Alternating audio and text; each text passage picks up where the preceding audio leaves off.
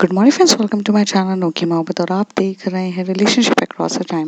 Last episode में हमने देखा था कि जहाँ पर जो हमारी राजकुमार अनामिका रहती है, वो यहाँ पर लेकर हमारी प्यारी सी नायिका को लेकर आ जाती है अपने रूम पर और वो उसे यहाँ पर आकर बैठती हैं, फिर उसको खाना वाना खिलाती हैं और इसी ड्यूरेशन में वो उसके साथ ये बोलती हैं कि अगर तुम यहाँ पर मुझे सच सच बताओ तुम किस चीज़ के लिए आई हो। अगर तुम सच बोलोगी तो मैं तुम्हें छोड़ दूंगी, लेकिन अगर मुझे पता चलता है कि तुम मुझसे झूठ कह रही हो तो फिर मैं तुम्हें नहीं छोड़ूंगी, क्योंकि हम किसी के साथ कुछ गलत नहीं कर सकते हैं। और वो राजकुमारी अनामिका रहती है, वो यहाँ की बहुत फेमस राजकुमारी रहती है। राजकुमारी जिसे हर चीज़ में वो काबिलियत पे रहती है, तो उसे हमेशा से डर रहता था कि उसके शत्रु लोग आकर उसके ऊपर किसी भी तरीके से वार कर सकते हैं और कोई भी बहरूपिये को भेजकर उसको मार सकते हैं। तो इसलिए उसे हमेशा से लगता था कि ये कोई बहरूपिया है जिसे वो मारने की कोशिश करती है। पर यहाँ पर राजकुमारी को जो इनायका रहती है वो बार बार कहती है कि मैंने ऐसा कुछ नहीं किया है। लेकिन जब इनायका अपनी पावर्स का इस्तेमाल नहीं कर पाती है, जब वो बार बार कोशिश करती है कि वो अपने टाइम ट्रेवल कर ले और फिर से वो उसी वक्त पे जा सके जिस वक्त पे वो आई थी, बट इससे जब नहीं होता है तो वहां से भाग उठती है। जैसे वो भागती है तो यहाँ पर सबको पता चल जाता है कि वो यहाँ से भाग गई है। तो यहाँ पर जो हमारी राजकुमारी अनामिका रहती है, वो भी बहुत तेजी से भागते हुए उसे ढूंढती हैं। जब वहां पर पता चलता है वो जंगल के आसपास किसी नदी किनारे वहां पहुंच गई है, जहाँ पर उसको जंगली जानवर ऑलमोस्ट मार चुके रहते हैं और वो काफी घायल हो जाती है। और जब घायल होते हुए वो उसे बोलती है कि मैं इसलिए भागी क्योंकि मैं वापस अपने समय पे नहीं जा पा रही थी, और अगर मैं वहां से नहीं भागती तो आप तो अपनी तलवार से मेरा सर तो कलम करने ही वाली थी, क्योंकि आपने कह दिया था कि अगर मैं 2 घंटे में वहां से गायब नहीं हुई तो मेरे साथ तो यही होगा। इतनी ज्यादा बुरी हालत में वो रहती हैं। उसके आगे यहाँ पर जो राजकुमारी अनामिका रहती है, वो यहाँ पर सिर्फ इनायका को देख रही रहती है। इनायका की आंखों में बहुत ज़्यादा सा डर था और साथ ही साथ उसे काफ़ी ज़्यादा अफसोस भी हो रहा था, जैसे कि वो अपने पुराने समय पे नहीं जा रही है और उसकी बॉडी पूरी तरीके से घायल हो गई थी। उसकी आंखें अब ऑलमोस्ट बंद हो रही थी, जैसे कि अब वो बेहोशी के पूरे जा रही थी। उसके हाथ और पैर में बहुत सारे स्क्रैचेस थे, क्योंकि वहाँ के जो जंगली भेड़िया थे उन्होंने उसके ऊपर अटैक कर चुका था। काफ़ी ज़्यादा वो घायल हो गई थी। राजकुमारी अनामिका रात के अंधेरे में उससे जब मिलती हैं तब उन्हें ऐसा लगता है कि ये लड़की अब सच कह रही है। लड़की जब ये सच कह रही है तब राजकुमारी अनामिका यहाँ से उसे अपनी गोदी पे उठाती हैं। और जैसी वो गोदी पे उठाती हैं तो यहाँ पर जो हमारी इनायका रहती है वो पूरे तरीके से बेहोश हो जाती है, क्योंकि वो काफ़ी ज़्यादा बुरी तरीके से घायल हो चुकी थी। उसके पूरा सदमुख हो जाता है। यहाँ पर राजकुमारी अनामिका उसे उठाते हुए यहाँ से जंगलों के बीच में से एक रास्ता सीधे जाता था, उस रास्ते को वो पार करते हुए वैद्य के पास जाती है। वहां पर एक पुराना वैद्य रहता है जो काफी ज्यादा बूढ़ा हो चुका था। उस वैद्य के पास जाती हैं और उनसे कहती हैं कि बाबा। तो वो वैद्य एकदम से बाहर निकलते कहता है, क्या हुआ, कौन आया है, बहुत टाइम हो गया है, हमने कभी किसी को आते हुए नहीं देखा। तभी वो एकदम से बोलती है, मैं राजकुमारी अनामिका कह रही हूँ। तभी वो एकदम से बूढ़ा सा आदमी जो काफी ज्यादा बुजुर्ग हो चुका था, जिसकी उम्र काफी ज्यादा बढ़ चुकी थी, वो एकदम से उसके सामने झुकते हुए कहता है, राजकुमारी अनामिका, आप यहाँ हमारी दहलीज पे कैसे आई हैं? आप कहते थी तो हम आ जाते। तभी वो कहती है, हाँ बाबा, बचपन से लेकर अभी तक हम जब भी बीमार हुए हैं, जब भी हमारी स्वास्थ्य ठीक नहीं रहा है, तो आप ही ने आकर हमारा इलाज किया गया है। तो आज भी हमें आपकी ज़रूरत है बाबा। ये हमारी अ, ये हमारी दासी है, जिसके साथ कुछ भेड़ियों ने अटैक कर दिया है। भेड़ियों ने इसे काफ़ी ज़्यादा पूरे तरीके से घायल कर दिया है। हम आपसे ये चाहते हैं कि आप इसका उपाय कर दीजिए। आप वैद्य हैं, अपनी कुछ जड़ी बूटियों से लगाकर इसको सही कर दीजिए। तभी वो कहते हैं कि आप हमें महल में बुला लेती, तो कहती इतना समय नहीं था कि हम आपको महल में बुला सकते या हम इसे महल में लेके जा सकते थे। ये यहीं के जंगल में घायल हुई है और यहीं की नदी के किनारे वो जो जंगली जानवर, जंगली भेड़िया हैं, उनसे ये घायल हुई है। और आपकी कुटिया यहाँ से काफ़ी ज़्यादा पास में थी, तो हमें लगा कि हमें वक्त ज़ाया ना करते हुए हमें यहाँ पर तुरंत आना चाहिए, इसलिए हम एकदम से यहाँ पर आ चुके हैं और इसलिए हम आपको यहाँ पर लेकर आए। तो आप क्या इसका उपाय बता सकते हैं? तभी वो कहते हैं कि आप यहाँ पर इसे इस खटिया पे लेटा दीजिए। तो यहाँ पर ना उस खटिया पे वहाँ पर जाकर ना जो हमारी राजकुमारी अनामिका रहती है वो हटा देती है। लेकिन यहाँ एक चीज़ बहुत अलग होती है कि जब वो उसे लेटाती है और उसे छोड़कर थोड़ा दूर हो रही रहती है, तब यहाँ पे इनायका एकदम से हाथ पकड़ लेती है राजकुमारी अनामिका का। और जैसे ही वो राजकुमारी अनामिका का एकदम से हाथ पकड़ती है, तो राजकुमारी अनामिका वहीं पर ठहर जाती हैं, थम सी जाती हैं और वो एकदम से इनायका की तरफ देख रही थी, जो काफ़ी ज़्यादा बेहोश थी, एकदम से होश में नहीं थी। और फिर भी वो उसका हाथ उतने ही टाइट तरीके से पकड़ी थी कि जैसे कि वो एहसास उसको याद है और वो छोड़ना नहीं चाहती है। थोड़ी देर में यहाँ पर जो हमारे जो वैद्य बाबा रहते हैं, वो जाते से ही वहाँ से ना एक गर्म पानी लेकर आते हैं और गर्म पानी में कपड़ा लेकर आते हैं, जिससे उसके जो घाव रहते हैं उसे वो साफ करने लग जाते हैं। धीरे धीरे वो घाव को साफ करने के बाद वहाँ पर एक जड़ी बूटी रहती है, उस जड़ी बूटियों को एक क्या बोलते हैं, खलबत्ते के अंदर पीसने लगते हैं। काफ़ी देर तक पीसने के बाद उसका जो हरा हरा सा रस निकलता है, जो काफ़ी ज़्यादा कड़वा होता है, उस कड़वे रस को वो डायरेक्ट उसमें डाल देते हैं। और डालने के बाद उसे उसे एकदम से जब डालते हैं, तो डालने के बाद वो वहाँ से मतलब उसके घाव पर जैसे ही लगना शुरू होता है, तो पहले तो काफ़ी ज़्यादा उस घाव पे जैसे ही लगता है, तो उसपे ना एकदम से वो चिल्ला चिल्ला जाती हैं कि एकदम से वो घाव पे जब लगता है तो मतलब एकदम से तिल मिलाने वाली आने लगती है और थोड़ी देर के बाद वो थोड़ा-सा घाव पे ना असर अलग दिखने लग जाता है और इस तरीके से वो जो घाव रहता है वो अपने आप थोड़ा-थोड़ा सा भरने लगता है। यहाँ पर जो राजकुमारी अनामिका रहती है, वो काफ़ी ज़्यादा मतलब थोड़ी-सी कहीं न कहीं वो बहुत ज़्यादा चिंतित रहती हैं। तभी वहाँ पर वैद्य कहते हैं, "आज तक राजकुमारी आपको कभी इतना चिंतित होते हुए नहीं देखा है। आप कुछ ज़्यादा ही चिंतित हैं। लगता है ये दासी आपकी बहुत ज़्यादा प्रिय है।" तो यहाँ पे राजकुमारी अनामिका कहती है, "हाँ, कुछ ऐसा ही समझ लीजिए। अ, बाबा वो कभी-कभार हो जाता है। मुझे पता नहीं है, बट हाँ, काफ़ी ज़्यादा ये हमारे लिए ज़रूरत से ज़्यादा अब ये हमारे लिए इम्पोर्टेंट मतलब बहुत महत्वपूर्ण हो चुकी है।" तभी वो कहते हैं, हम उम्मीद करते हैं ये जल्दी ठीक हो जाएँगी।" यहाँ पे राजकुमारी अनामिका कहती, तभी वैद्य कहते हैं, "वो जल्दी ठीक हो जाएगी। उनका उसको उस चीज़ का थोड़ा-सा समय लगेगा, पर ये समय लगने पे वो जल्दी ही सही हो जाएँगी।" थोड़ी देर के बाद राजकुमारी अनामिका वहाँ पर बैठी रहती है। तभी वहाँ पर जो बाबा रहते हैं, वो एकदम से उनसे कहते हैं कि राजकुमारी, तभी वो बोलती कि हाँ जी, तो वो कहती हैं कि आप अपने कक्ष में जा सकती हैं। हाँ, जैसे ही वो सही हो जाएगी तो हम यहाँ पर भेज देंगे। तो ऐसे कहती है कि नहीं, मुझे मैं नहीं जाऊँगी, मैं इसे लेकर जाऊँगी और हम नहीं चाहते कि कोई भी दास यहाँ पर आकर हमारी दासी को लेकर जाए और हम ना किसी सैनिक को नहीं बुलाना चाहते हैं। और हम आपसे ये सिर्फ़ चाहते हैं कि जो भी ट्रीटमेंट, जो भी इसका इलाज हो रहा है, वो गोपनीय तरीके से हो। आप ये किसी को भी ये बात नहीं बताएँगे।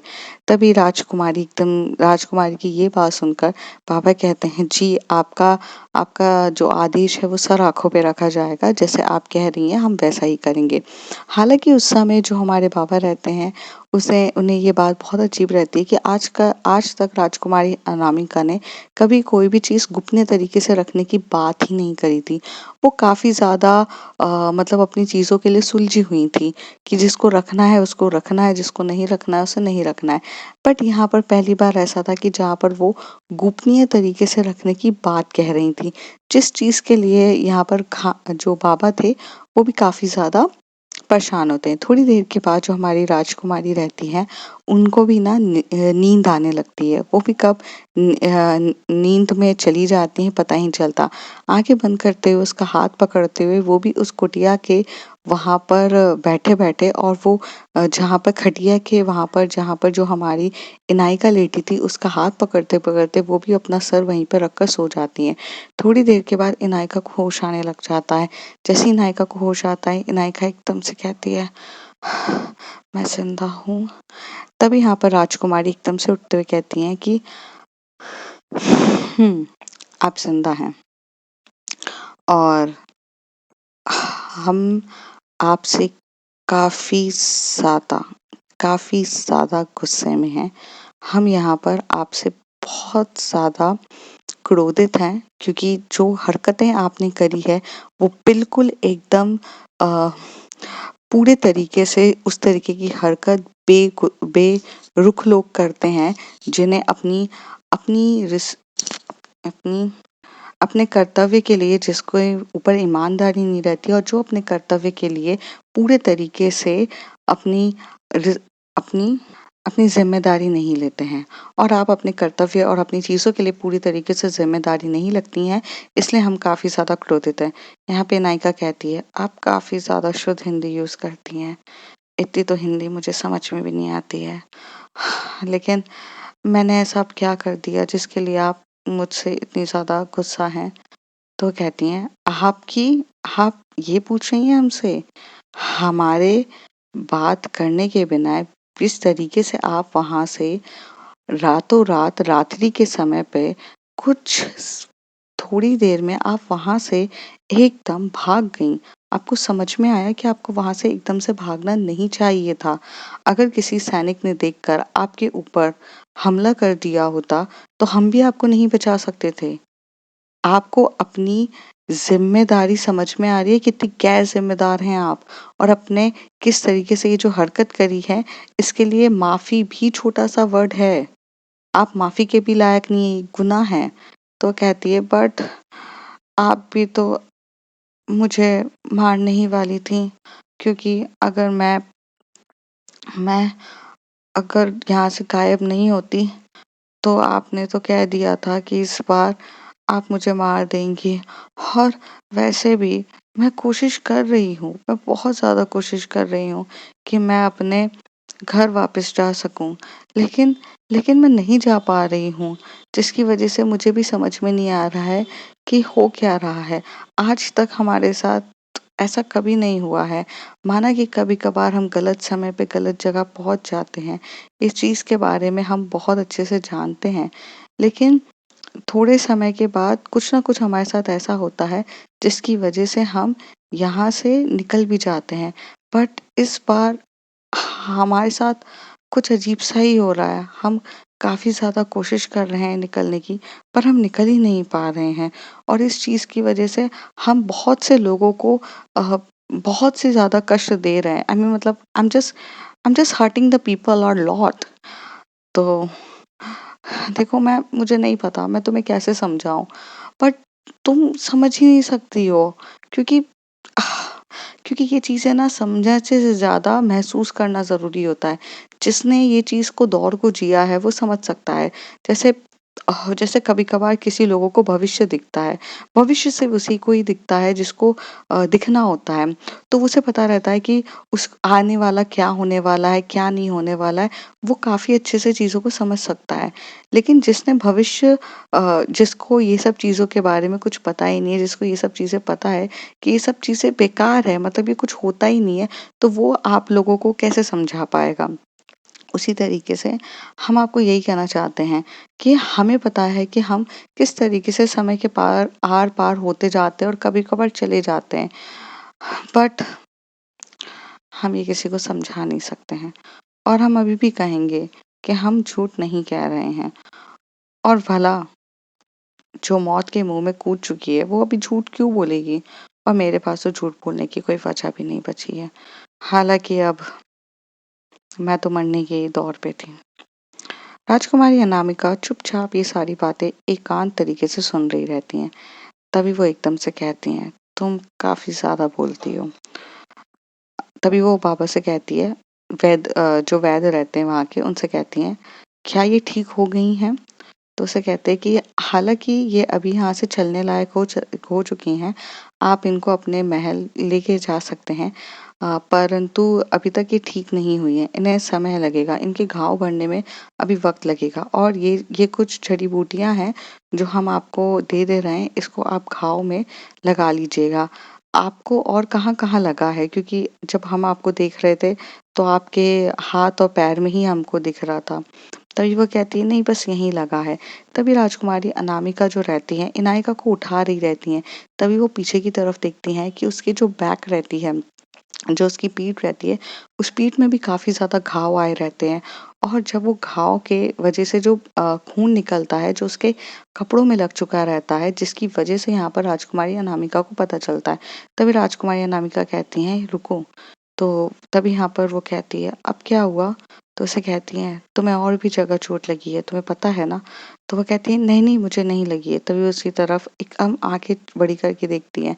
तभी यहाँ पर जो हमारी इनायका रहती है, वो अपनी आँखें छोटी कर लेती है क्योंकि उसे पता रहता है कि उसको पीठ की तरफ लगी हुई है और क्योंकि उसे दर्द हो रहा रहता है, लेकिन फिर भी वो काफ़ी ज़्यादा डरी हुई सी रहती है, सहमी हुई सी रहती है कि उसको ऐसा लगता है कि अगर उसने अभी कुछ भी बोला तो कोई उस पे विश्वास नहीं करेगा और इस चक्कर में वो चुपचाप वो दर्द को सहन कर रही रहती है। लेकिन राजकुमारी अनामिका जब देख लेती हैं, तब वो कहती हैं, अ, "क्या आप थोड़ी देर के लिए बाहर जा सकते हैं?"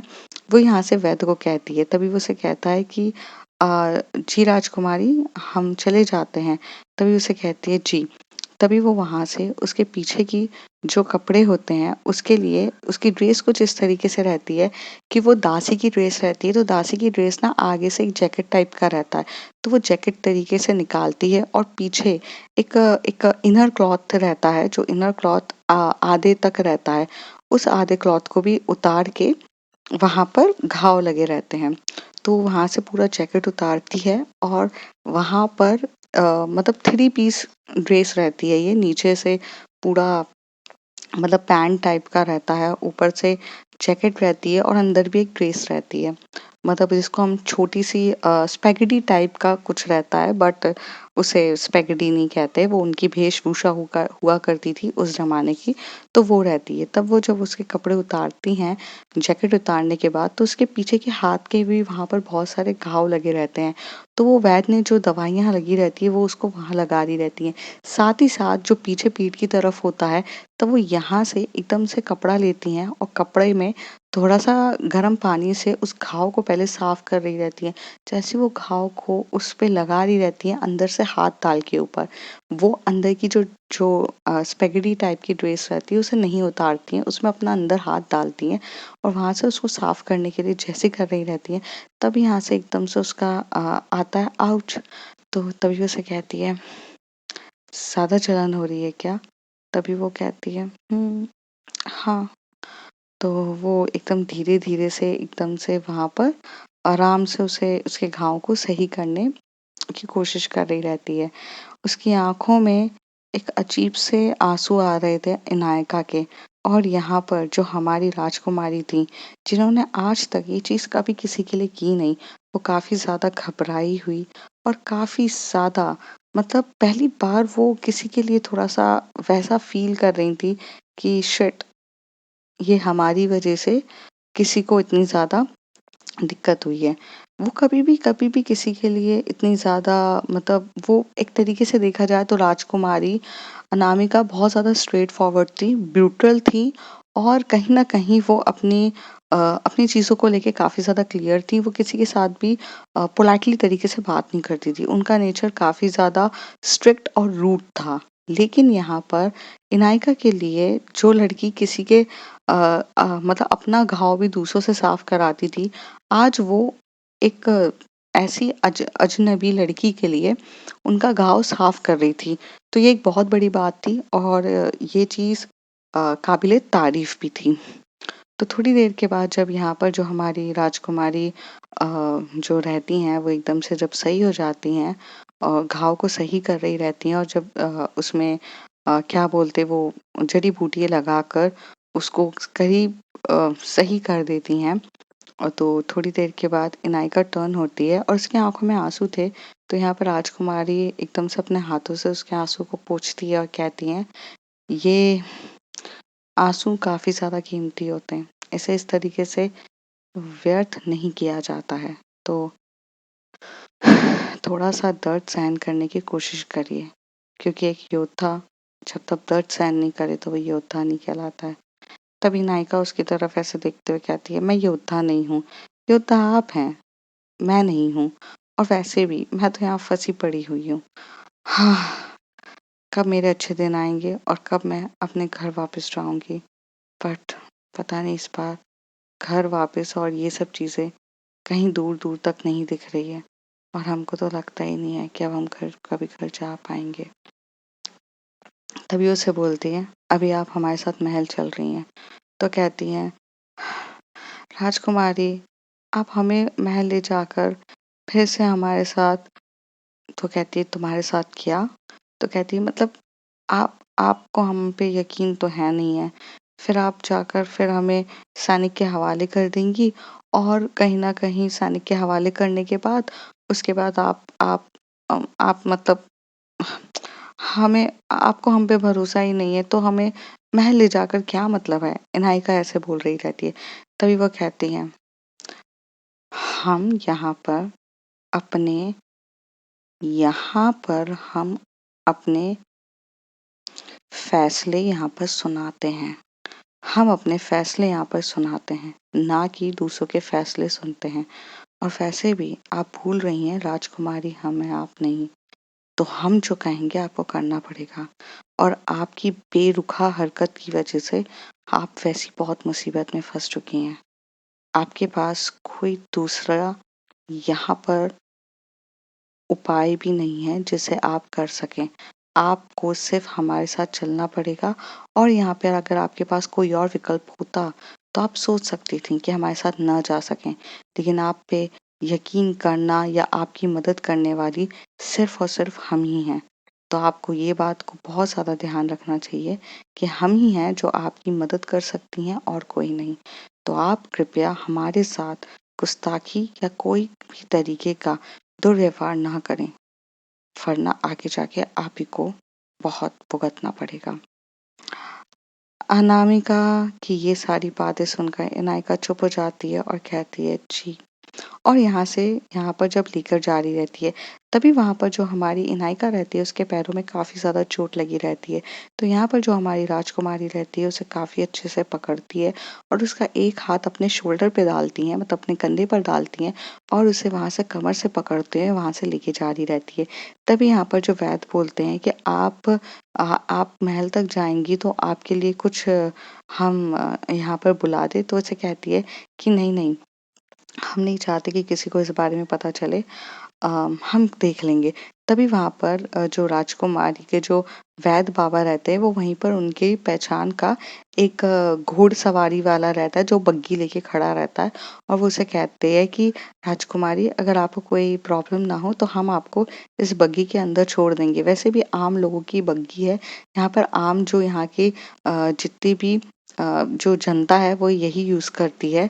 वो यही इस्तेमाल करती है। तो हम आपको इसमें छोड़ देते हैं, आपको कोई भी तकलीफ नहीं होगी और लोगों को पता भी नहीं चलेगा कि इसमें राजकुमारी आई हैं और किसी को भी इस बारे की भनक तक नहीं पड़ेगी। ये बात सुनने के बाद यहाँ पर जो हमारी राजकुमारी अनामिका होती है वो अपना सर हिला देती हैं और यहाँ पर जो बकायदा हमारी इनायका को आराम से अच्छे से बिठाते हुए यहाँ पर वो उसे लेते हुए चली जाती हैं।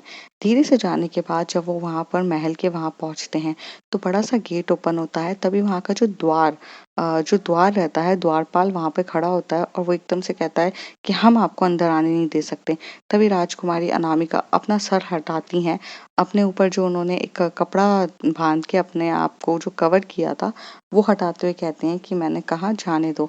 तभी वहाँ पर द्वारपाल एकदम से अपना सर झुकाता है और उसे कहता है कि जी। तभी वो कहती है कि यहाँ से वो पीछे वाला रास्ता करके डायरेक्ट हमें हमारे रूम तक पहुँचना है, मतलब हमें हमारे कक्ष तक पहुँचना है। तो आप डायरेक्ट हमारे कक्ष तक हमें पहुँचाने के लिए करिए। तो यहाँ से वो रेडी हो जाता है क्योंकि वो तो राजकुमारी रहती है और राजकुमारी जो कहेंगी उसके लिए तो सबको सुनना पड़ेगा और यहाँ से जाती हैं। थोड़ी देर में वहाँ जाने के बाद यहाँ पर जो हमारी इनायका को वो वहाँ पर बिस्तर पे जो हमारा उनका कक्ष रहता है, शयन कक्ष, उधर पर आराम से बिठा देती हैं। जो बिस्तर रहता है उस बिस्तर पे वहाँ पर बिठाने के बाद जो शयन कक्ष कहा जाता है हिंदी में, शयन कक्ष पे बिठाती है। तभी वहाँ से इनायका एकदम से उठती है और ज़मीन की तरफ बैठने लगती है। तभी यहाँ पर जो राजकुमारी होती है वो उसे कहती है, क्या हो गया? तो कहती है, ये आपका शयन कक्ष है और I mean it's your bedroom और आपने वैसे भी मना किया था कि मेरे बेडरूम में मेरी मर्जी के बिना कोई सो भी नहीं सकता। पिछली बार तो आपने मुझ पे काफ़ी ज़्यादा गुस्सा किया था और फिर आज एक ऐसी गुस्ताखी तो मैं नहीं कर सकती हूँ। तभी वो यहाँ पर जो राजकुमारी अनामिका रहती है उसे पहली बार थोड़ी-सी हँसी आने लग जाती है। हँसी आने की सिर्फ़ एक ही वजह थी कि कम से कम इनायका को समझ में तो आता है कि वो क्या कहना चाहती है। मतलब वो कहीं न कहीं अब ये रूल्स एंड रेगुलेशंस कहीं न कहीं काफ़ी अच्छे से समझ चुकी थी। तो ये चीज़ पे यहाँ पर जो हमारी इनायका रहती है उसकी चीज़ों को अनामिका सुन के थोड़ा हँसने लग जाती है। तभी वो थोड़ी देर में कहती हैं कि कोई बात नहीं, अभी आपकी तबीयत ठीक नहीं है और आपको काफ़ी ज़्यादा चोट लगी हुई है, तो आप मेरे शयन कक्ष में आराम से लेट सकती हैं और इस बार हम आपको कुछ नहीं कहेंगे और वैसे भी ज़मीन काफ़ी ज़्यादा ठंडी है और आपके घाव में अगर ठंडा पना आया तो ये कहीं न कहीं आपको सही होने में काफ़ी ज़्यादा समय लग जाएगा और तब तक आपको यहाँ पर रहना चाहिए। तो कहती है तभी वो पूछती है राजकुमारी फिर अगर हम आपके ये शयन कक्ष मतलब अगर हम यहाँ पर लेट जाएँगे तो आप कहाँ जाएँगी? तो उसे कहती हैं, क्यों? आपको दिख नहीं रहा? हमारा शयन कक्ष कितना बड़ा है। I mean my bed is almost बहुत ज़्यादा बड़ा है। मतलब ये यहाँ पर जो हमारी अनामिका रहती हैं, वो कहती हैं। वो कहती हैं शयन कक्ष ऑलरेडी इतना हमारा शयन कक्ष काफ़ी ज़्यादा बड़ा है। आप इस कोने पे सो सकती हैं, तो हम इस कोने पे सो सकते हैं और यहाँ पे इतनी ज़्यादा जगह है। ये सुनने के बाद जो हार्ट बीट रहती है, जो हमारी नायिका की रहती है, वो ऑलमोस्ट इतनी ज़्यादा फ़ास्ट होती है कि उसे डर लगने लगता है कि वो एक राजकुमारी के साथ सोएगी और अगर उसका हाथ-पैर गलती से भी उनको लग गया और तलवार निकल गई, तो उसका तो मरना मतलब ज़रूरी है। तो ये सुनने के बाद वो एकदम से डर जाती है और डरने के बाद एकदम से कहती है, "नहीं, नहीं, हमें ऐसा लगता है कि हमें ना यहाँ नीचे ही सो जाना चाहिए क्योंकि अगर हम हमारे निंदा के दौरान अगर हमारा हाथ-वाथ अगर आपको टच-वच हो गया, अगर कुछ हो जाता है, तो you going to be kill me almost." तो यहाँ पर एकदम से वो ऐसे बोल देती है। तभी अनामिका कहती, "क्या कहा आपने?"